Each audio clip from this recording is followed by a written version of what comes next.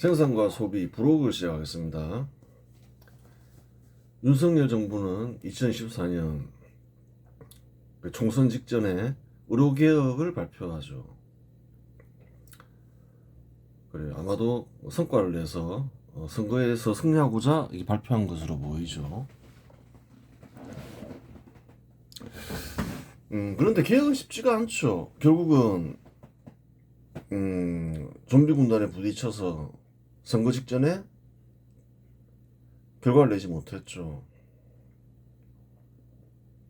그리고 이제 그래요. 의료개혁은 대중적인 건 아니죠. 찬성하는 이들은 많다고 하더라도 국민들이 절실하게 느끼고 그런 것은 아니라는 거예요. 어떤 개혁도 쉬운 개혁은 없다는 거예요. 3대 개혁을 얘기했죠. 교육개혁, 노동개혁, 연금개혁. 할 수 있을 것 같지만 잘 안 되죠. 그렇다 해서 다른 것도 쉬운 건 아니라는 거예요. 그래요. 사실은 이제 3대 개혁도 한 가지 개혁도 제대로 하기 어렵죠. 막강한 저항에 부딪히니까, 반발에 부딪히니까. 집중해서 하는 것도 필요한 거예요. 이것저것 버려봤자 아무것도 안 된다는 거예요. 그래요. 의료개혁 도중에 실시된 2024년 4월 제22대 국회의원 선거 결과는 다음과 같다. 더불어민주당 161석, 국민의힘, 아니죠. 더불어민주당 비례대표까지 합치면 유성정당을 만들었죠. 175석, 국민의힘 108석. 의석수만 보면 더불어민주당이 압승을 했죠. 실제 내용과 시대적 상황을 보면 사실은 국민의힘이 선전했어요. 무슨 소리냐 이럴 수 있죠. 한번 보자는 거예요. 2019년 12월 거대 양당에 불리하게 제정된 선거법은 개정되지 않고 그대로 실시되었다.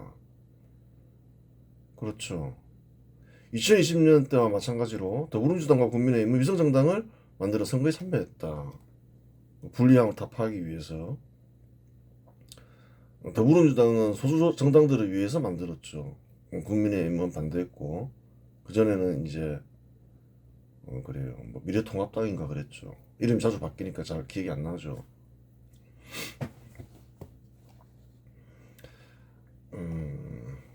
그래요. 아니, 개정을 하는 게 낫다는 거예요, 차라리. 정상적으로. 잘못된 거죠. 국민의 미래는 국민의힘이 제22대 총선에서 비례대표석을 확보하기 위해 만든 위성정당이다. 2024년 2월 창당되었으며 국민의힘에서 당적을 옮긴 의원들이 합류하여 기호 4번을 부여받았다. 대표자는 국민의힘 당직자 출신인 조혜정 등이 대표를 맡았으나 실질적으로는 국민의힘 한동훈 비대위원장 체제하에서 운영되었다. 총선 이후 2024년 4월 국민의힘과 흡수합당하며 소멸하였다. 그렇죠. 선거가 끝나면 합당하겠죠. 더불어민주연합 마찬가지죠.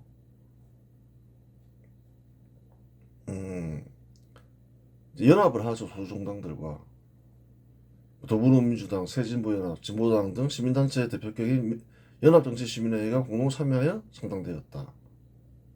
기호 3번을 부여받았다. 이렇게 되어 있죠. 조국혁신단도 이 선거에서 선전했죠.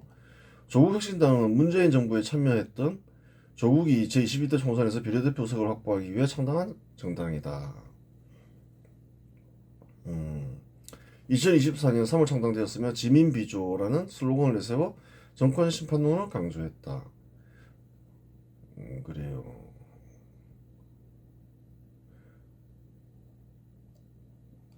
그 다음에 개혁신당은 이준석 전 국민의힘 대표를 중심으로 제22대 총선에서 비례대표 및 지역구 의석을 확보하기 위해 창당된 정당이다. 2024년 1월 창당되었으며 이준석을 비롯하여 천하람, 허은하, 이기인 등 이른바 천하용인이라 불리는 인사들이 주축이 되어 활동했다. 제22대 총선에서 이준석은 경기 화성을 지역구에서 당선되었으며 비례대표 선거에서도 3.61%를 득표하여 이주영, 천하람 후보 등 2석을 추가 확보했다. 총 3석을 얻어 원내 진입에 성공했다. 그래요. 더불어민주당이 175석을 얻고 국민의힘이 108석을 얻어 더불어민주당이 국민의힘에 압승하였다. 그렇죠. 의석수에서 67석을 앞섰으니 절대다수의 국민이 더불어민주당을 지지하고 국민의힘에 대한 지지를 철회한 것 같지만 지역구 투표를 보면 더불어민주당과 국민의힘의 압도적인 차이가 발생하지는 않았다. 잘 봐야 되는 거예요. 의석수로 보면 확실하게 압승이죠. 근데 득표는 어떤가요? 그렇게 큰 차이가 없다는 거예요. 더불어민주당이 50.5% 얻었죠. 국민의힘이 45.1% 얻었다는 거예요. 의석수가 압승이지, 그래요. 득표율은 그 지지율이잖아요. 지지율만 보면 어떤가요? 국민들이 지지율만 보면. 큰 차이가 안 난다는 거예요. 득표율에 따르면 더불어민주당은 300석 중 약 152석을 얻어야 정상이며, 그렇죠. 50.5%면. 국민의힘은 135석을 얻어야 정상이다. 이러한 현상은 2020년 국회의원 선거 결과에서도 나타났다. 당시 더불어민주당 지역구 선거에서 49.9%의 득표율을 기록했으나 실제로는 지역구 의석의 64.2%에 달하는 163석을 휩쓸었다. 바른미래통합당은 41.5%를 득표하고도 지역구에서 84석을 얻는 데 그쳤다. 그때도 비슷한 현상이 일어났죠. 두 정당의 지역구 득표율 차이는 8.4%에 불과했지만 의석수는 79석이라는 기록적인 격차가 벌어졌다. 그래요. 득표율 차이는 아주 압도적이지 않더라도 의석수 차이는 압도적으로 차이가 나버리죠. 이러한 결과는 1위 득표자만 당선되고 나머지는 모두 사표가 되는 소선구제의 특성 때문이다. 특히 수도권 등 인구가 밀집되는 격전지에서 근소한 차이로 승패가 갈릴 경우 승리한 정당이 득표율보다 훨씬 많은 의석을 독점하게 되는 승자 독식 현상이 심화된다. 이로 인해 유권자의 정당 지지 의사가 의석수에 온전히 반영되지 못하는 비례성 불일치 문제는 한국 선거제도의 고질적인 과제로 남아있다. 국민의 지지율이 그래요. 의석수에 제대로 반영되지 않는다. 이제 그런 문제점이 있다 이 말이죠. 2022년 대통령 선거에서 윤석열이 얻은 득표율은 48.56%이다. 2024년 국회의원 선거에서 45.1%를 얻었으니 3.46% 감소하였다. 그 대통령 선거랑 좀 비교해 보자는 거예요. 3.46% 감소하였다는 거죠. 지방자치단체 선거와 왜 비교하지 않나요? 득표율이 좀 많이 낮으니까 참여율이 많이 낮으니까 그렇죠. 근데 총선과 대선은 참여율이 높잖아요. 두 개를 비교하는 게 맞겠죠. 3.46% 감소하였다는 거예요. 2022년 대통령 선거에서 이재명이 얻은 득표율은 47.83%이다. 2024년 국회의원 선거에서 50.5%를 얻었으니 2.67% 증가하였다. 한쪽은 한 3% 정도 감소하고 한쪽은 3% 정도 증가해버리니까 어떻게 되나요? 선거 결과는 압승과 대표로 나타나죠. 그 차이가 미미하다는 거예요. 그래요. 선거에 참여하는 껍데기 세력은 20% 정도 되는데 국민의힘에 대한 지지를 철회한 껍데기 세력은 3.46%이고 더불어민주당을 추가로 지지하게 되는 껍데기 세력은 2.67%임을 확인할 수 있다. 그래요.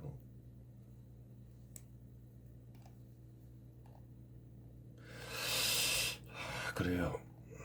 득표를 보면 큰 차이가 안 났다. 그래요.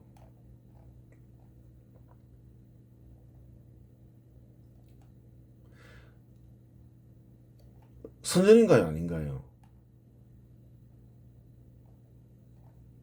그걸 보자는 거예요. 한국에서 역사적으로 반시장적 부동산 정책을 더불어민주당이 시행하고 서울 아파트 공급을 억제하면 더불어민주당을 지지하는 껍데기 세력은 더불어민주당 지지를 철회하고 국민의힘을 지지하기 시작한다. 반대로 국민의힘이 더불어민주당이 시행한 반시장적 부동산 정책을 폐기하지 않고 서울 아파트 공급에 힘쓰지 않으면 국민의힘을 지지하는 껍데기 세력은 국민의힘 지지를 철회하고 더불어민주당을 지지하기 시작한다. 하지만 언급한 이유 때문에 국민의힘에 대한 지지를 철회했다고 보기는 어렵다. 아, 무슨 소리냐 이럴 수 있잖아요. 우선 윤석열은 입법부를 장악하지 못했기 때문에 근본적인 부동산 정책 개혁을 시행할 수 없었으며 다 폐기할 수 없었죠. 반시장적 부동산 정책, 재산 침탈이 있죠. 늘 하는 거 더불어민주당이. 집권 기간도 2년밖에 되지 않았다. 윤석열은 대통령 권한으로 더불어민주당의 반시장적 부동산 정책과 재산 침탈을 최대한 완화했다. 그 결과 서울에서 속수에는 더불어민주당이 압승하였지만 득표율에서는 고작 5.9% 앞섰다랍니다. 서울에서 크게 벌어지지 않았다 이 말이죠. 완화했기 때문에 사실은 이 선거는 국민의힘이 선전한 거라는 거예요. 대통령 의석수가 너무 밀리니까 대패했다 이렇게 생각할 수 있지만 그렇지 않다는 거예요. 코로나 사태 이후 고물가와 각 정부의 고금리 정책으로 인하여 각국의 껍데기 세력의 불만은 날로 커졌다. 고물가도 있는데 고물가를 핑계로 고금리 정책을 실시한 각국 정부는 껍데기 세력의 심판에 의해 선거에서 대패했다. 각국 정부가 여당이라 해야 되겠죠. 그럼 세계적 추세를 보자는 거예요.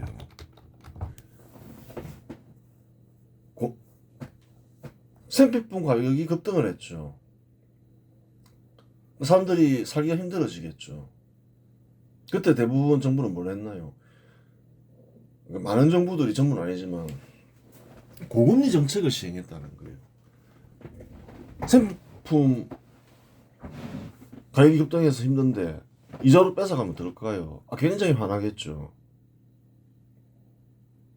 고금리 정책을 시행한 곳은 여당이 그래요. 굉장히 힘들었다는 거예요.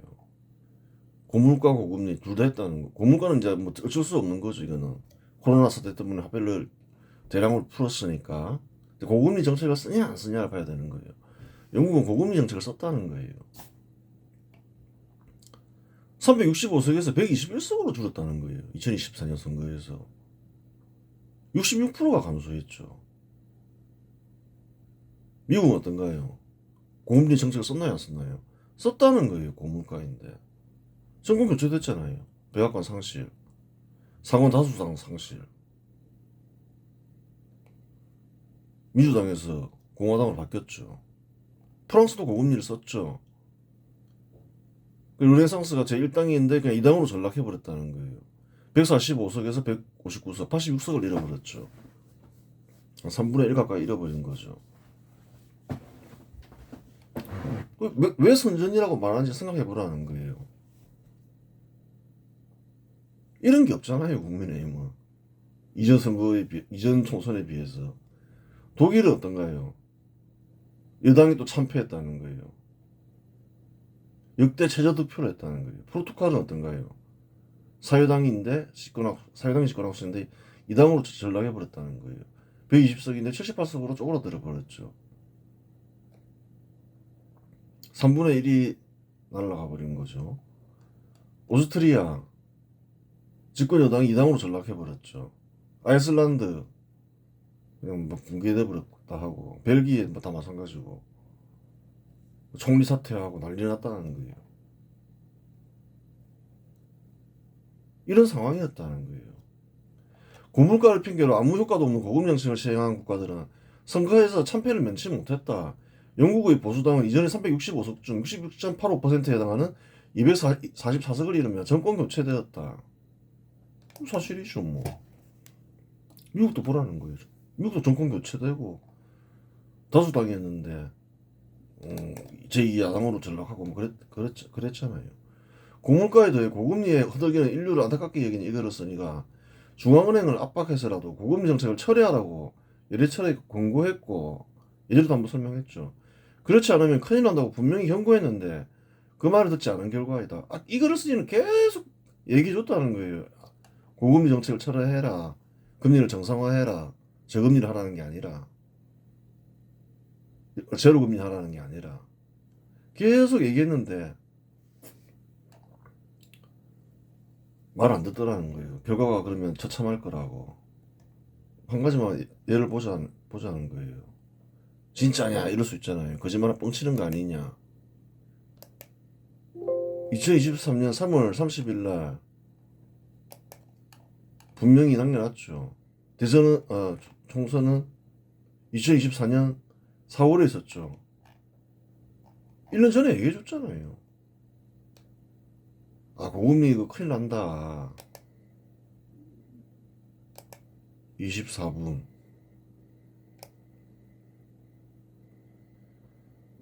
태극신검 이해를 시작하겠습니다.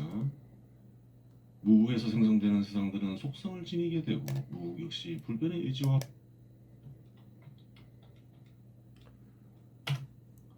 여기 있죠. 급격한 금리 인상, 단행한 인상, 임기치를 초과해서 금리 인상을 하니 그래요. 한 명은 더 뽑으라 누굴까요? 뭘 집어줄까요? 자꾸 그 지지율이 떨어진다. 고금리 정책 때문에 좀 압박을 넣어서 중앙은행 총재죠. 중앙은행 총재가 금리 기준금리를 결정하잖아요. 고금리 정책 안 된다. 그 얘기를 해준 거죠. 또 미국도 얘기해 준 거예요. 한국의 급격한 금리 인상을 하루로 원인을 제공한 여기 있죠. 제롬 파월이라고 그렇게 되는 거예요. 미국 이래 막 간섭하기도 그렇잖아요. 그래도 미국에도 사실은 알려줬죠. 이 고금리 정책을 쓰고 있는데 문제된다고 정확하게 집어서 얘기해주고 있잖아요. 1년 전에. 사실이죠 뭐.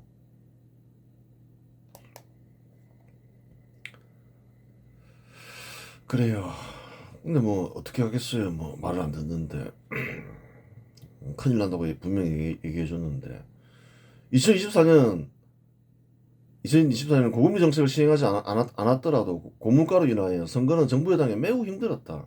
하지만 고금리 정책을 시행하지 않는 정당은 선전할 수 있었다. 긴박한 시대적 과업이 없으면 운 좋은 정부이지만 경우에 따라 긴박한 시대적 과업이 있을 수 있다. 불행히도 윤석열 정부 시기에는 필수품 가격 급등, 고금리라는 시대적 과업이 있었다. 긴박한 시대적 과업이 있었죠. 있었다는 거예요. 잘 해결해야 된다는 거예요. 그게 우선 집중해야 된다는 거예요. 긴박한 시대적 위기에 적절히 대응하지 못하면 정치적 타격은 불가피하다. 그러면 한번 이렇게 생각해 볼 수 있잖아요. 고금리 정책을 시행하지 않은 곳은 어떻게 됐을까? 참패는 면했다는 거예요. 일본은 고금리 정책을 쓰진 않았죠. 소저금리를 유지했죠. 정권 유지하는 데 성공했죠. 자민당이. 튀르키예는 고금리 정책을 쓰진 않았죠. 제1당 지위를 상실했지만 뭐 정권 유지했다는 거예요. 아르헨티나는 교체됐죠.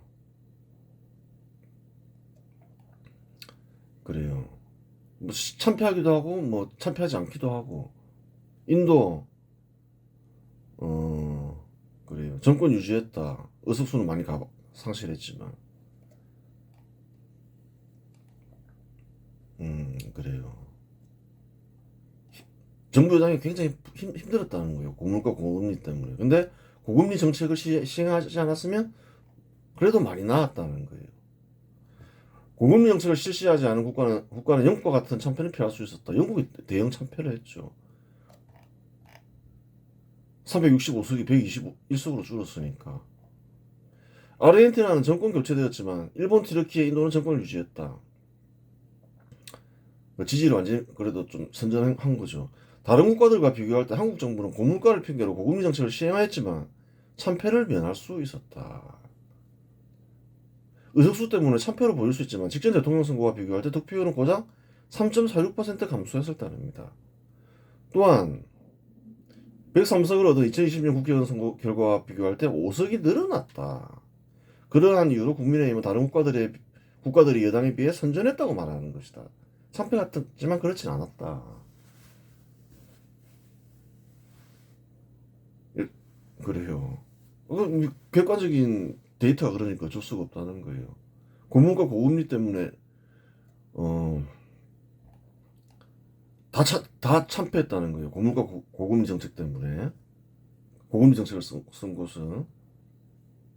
근데 다른 국가들과 비교해보면 국민의힘 어떤가요? 대통령 선거랑 비교해도 한 3% 정도만 지지율이 빠졌잖아요. 그래서 선전한 거라는 거예요. 또 국회의원 선거에서는 이전 총선에 비해서 5석 증가했으니까 3패라고 말할 수는 없는 거죠.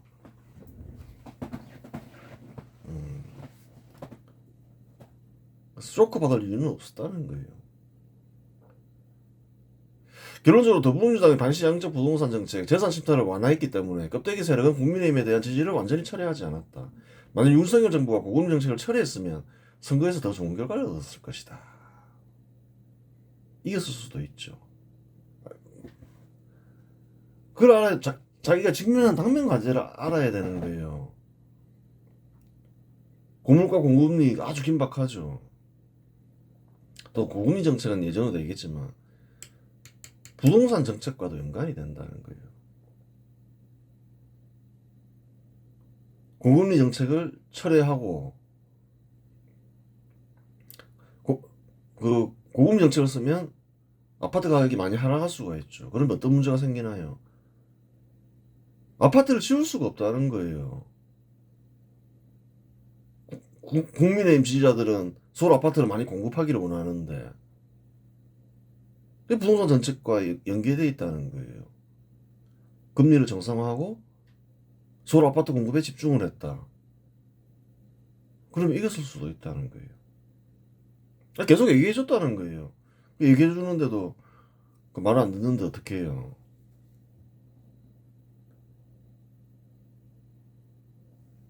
국민의힘 지지자들이 생각하는 것과 바라는 바와 감정과 더불어민주당을 지지하는 사람들과 요구하는 바와 감정은 완전히 다른 거라는 거예요.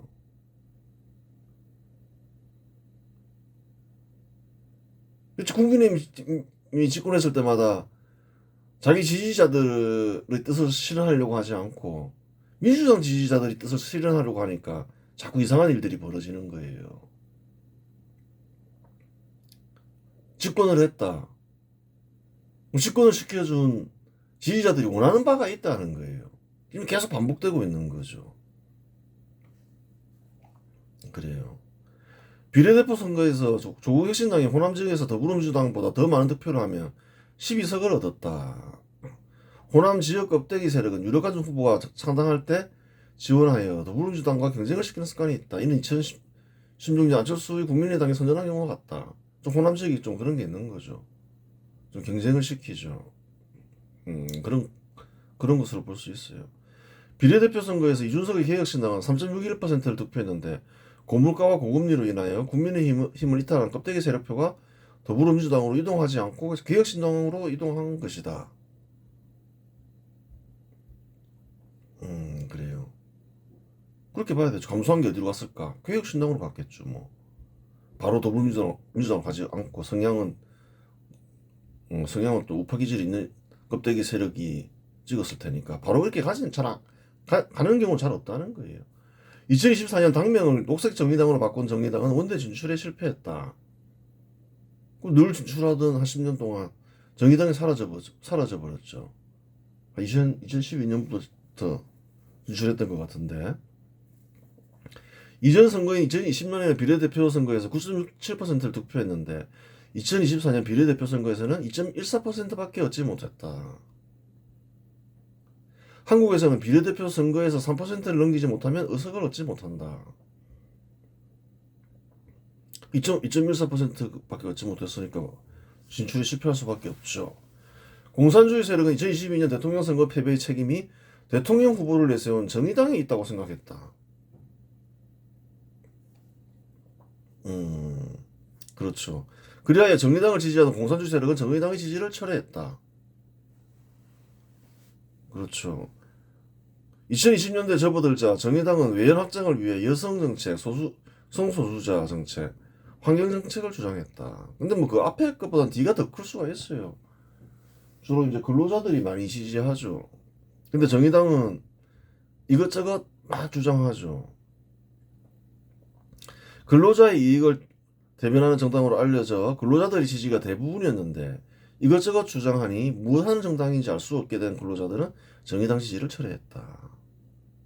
특화를 통해서만 살아남을 수 있는 소수 정당의 비애이다. 소수 정당은 특화를 잘해야 되는 거예요. 이것저것 주장하면 안 된다는 거예요. 거대 정당도 아니고. 근로자들은 우리를 찍을 테니까 여성 정책을 쓰자.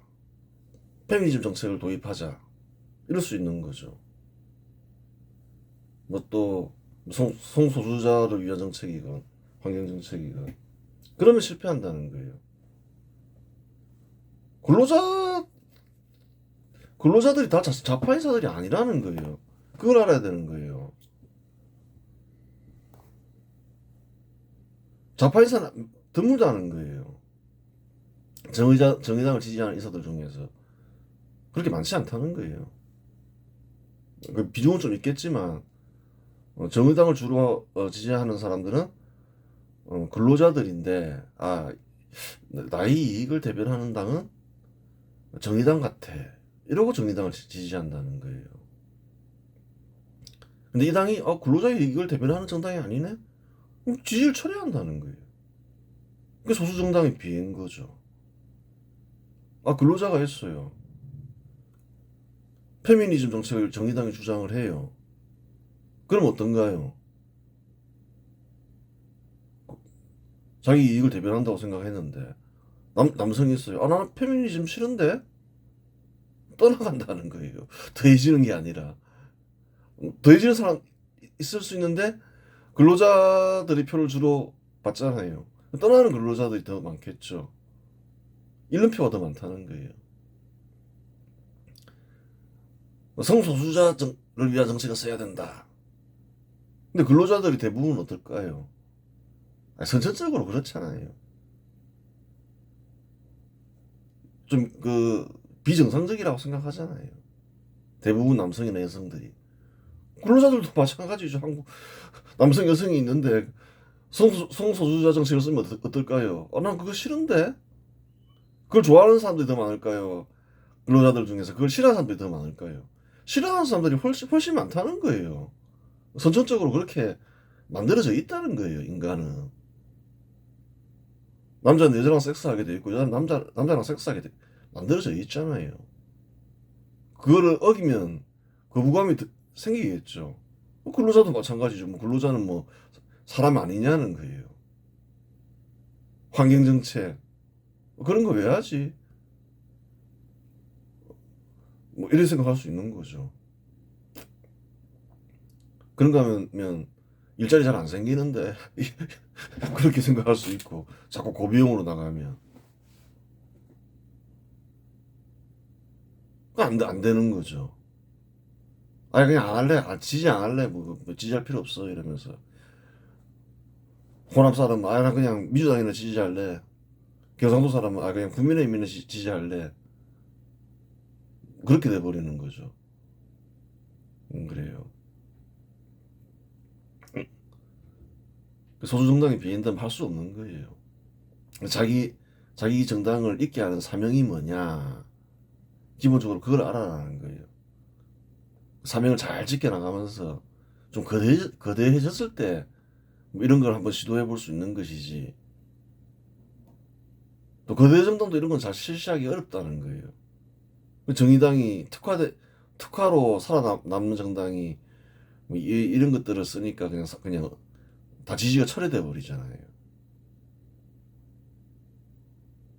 이번 시간에서 마치겠습니다.